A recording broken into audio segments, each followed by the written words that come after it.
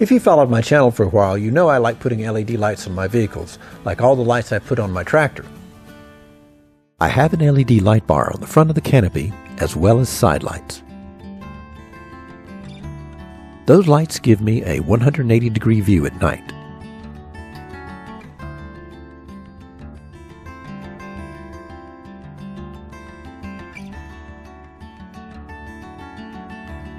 I also have rear work lights mounted on the ROPS, which makes for a full 360-degree view when I have them on with the front and side lights.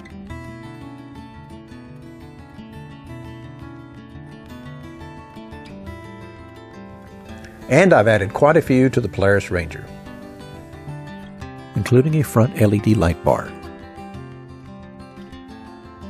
and rear work lights. The front light bar is a huge improvement over the stock headlights.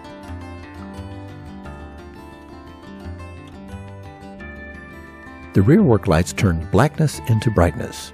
Yes, these can certainly be used as backup lights, but I don't need that much light just to back up. And then there's the rear hazard light, for when I need to take the Ranger on public roads. And I'm still not done adding lights to either one. I still have lights to go on both of them. But today's video is about some lights that I've added to the Polaris.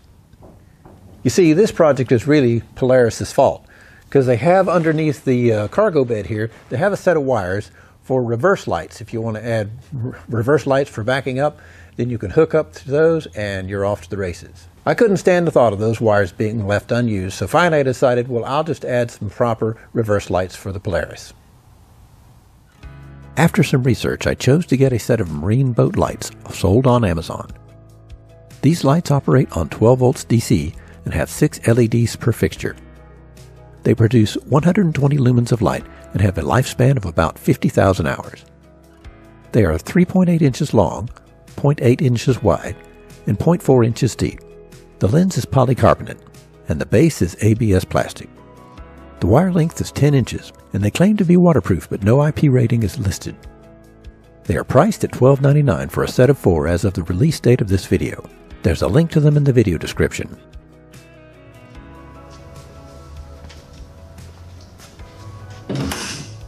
First, let me show you where the backup light wires are located on my Ranger EV. I think this is the general area where you'll find them regardless of Ranger model. Let's test them to make sure they work as advertised. I use a voltmeter with the probes pressed into the connector.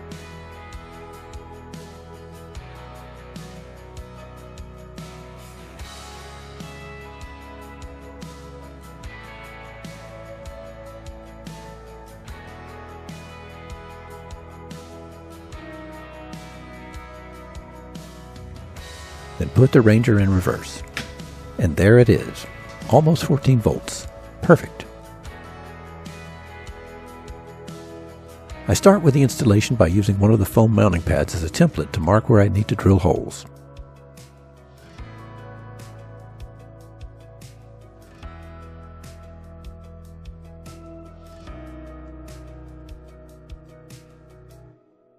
Now for the right side.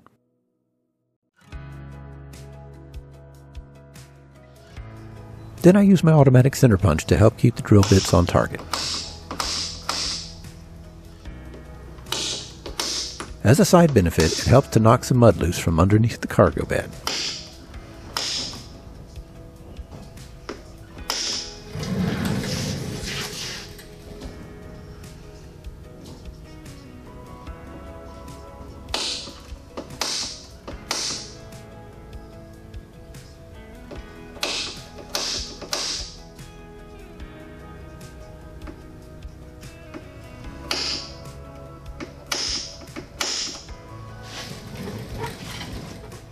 Next, I drill small holes for the screws.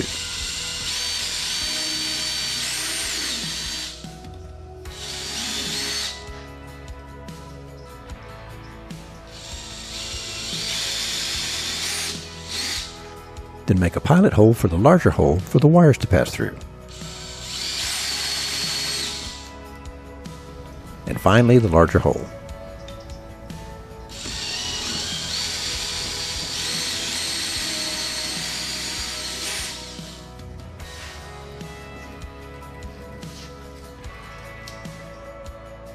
Ditto for the right side.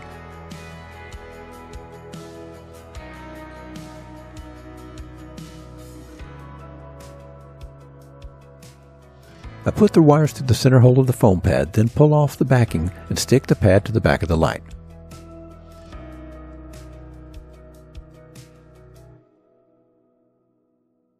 Then thread the wires through the center hole I drilled.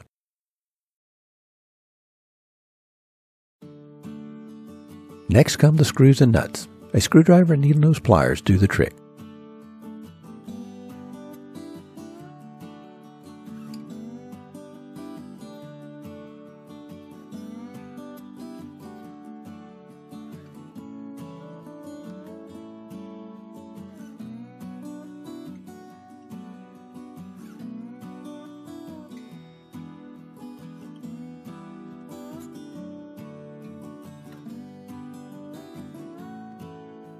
Again, I do the same for the right side.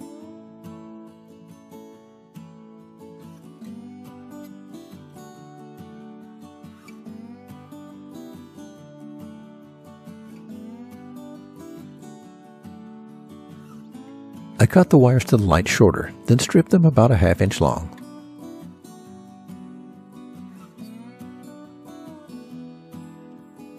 Then fold the bare wires over so that it's a ½ inch long but twice as thick. Doubling the wire over gives the connectors twice as much wire to crimp to.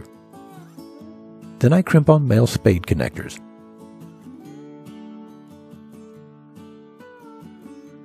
Now I strip 18 gauge 2-conductor wire, doubling over the wires again, and crimp on female spade connectors.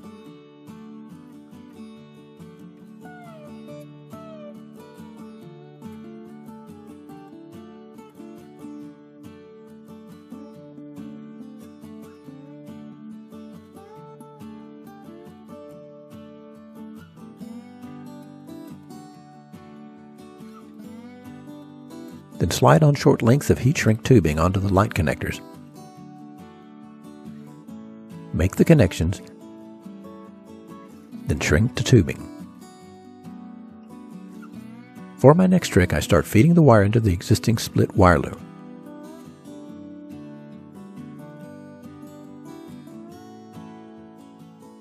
Yep, that's working.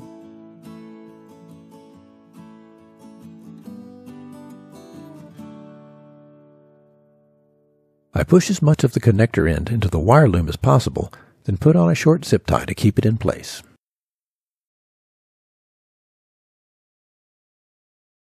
For the other side, I pull wire in the wire loom, leaving plenty extra wire for now.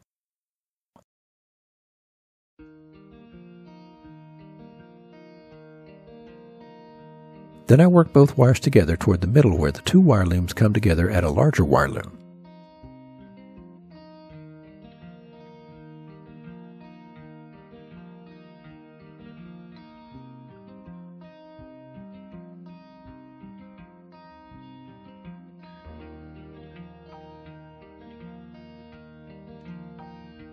I split and strip the two wires, then twist the black conductors together, followed by the red wires.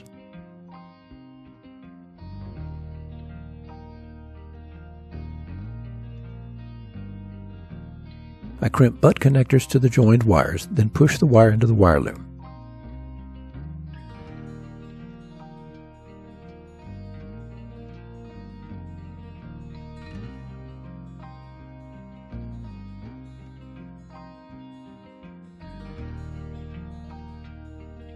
Zip ties on the ends of the wire loom ensures the wires stay put.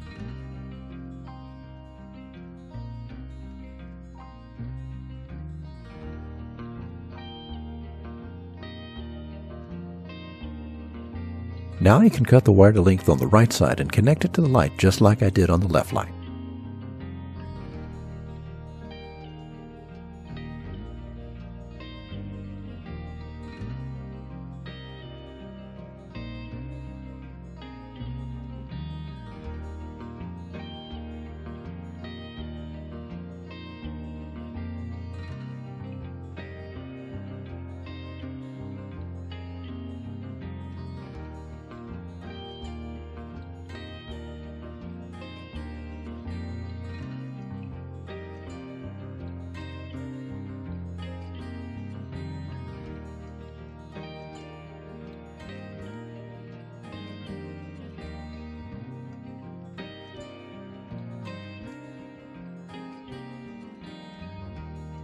It's time to push some wire through that bigger wire limb toward the Ranger's backup light connectors.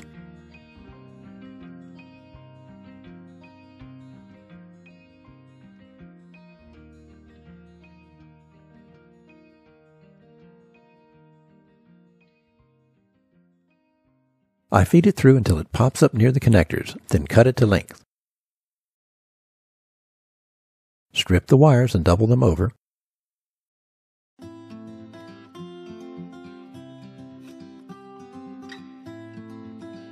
Crimp them to the butt connectors.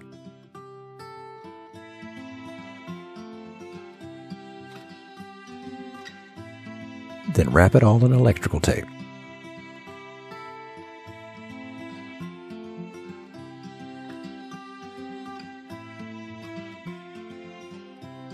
On the top side, I strip the wires, double them over, and crimp female spade connectors to them.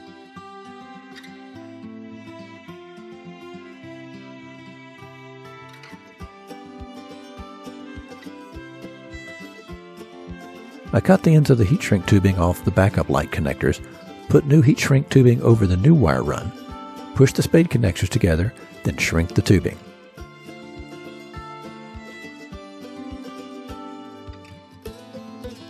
Finally, I tidy it all up with some zip ties.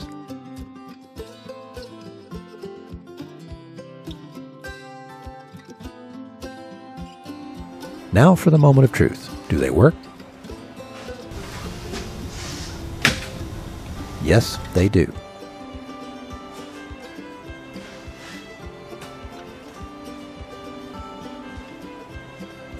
And this is how they look in the dark.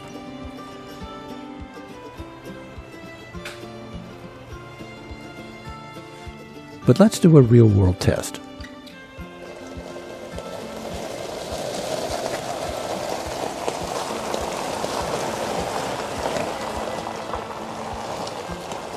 I turn off the headlights before backing up so as not to blind the camera.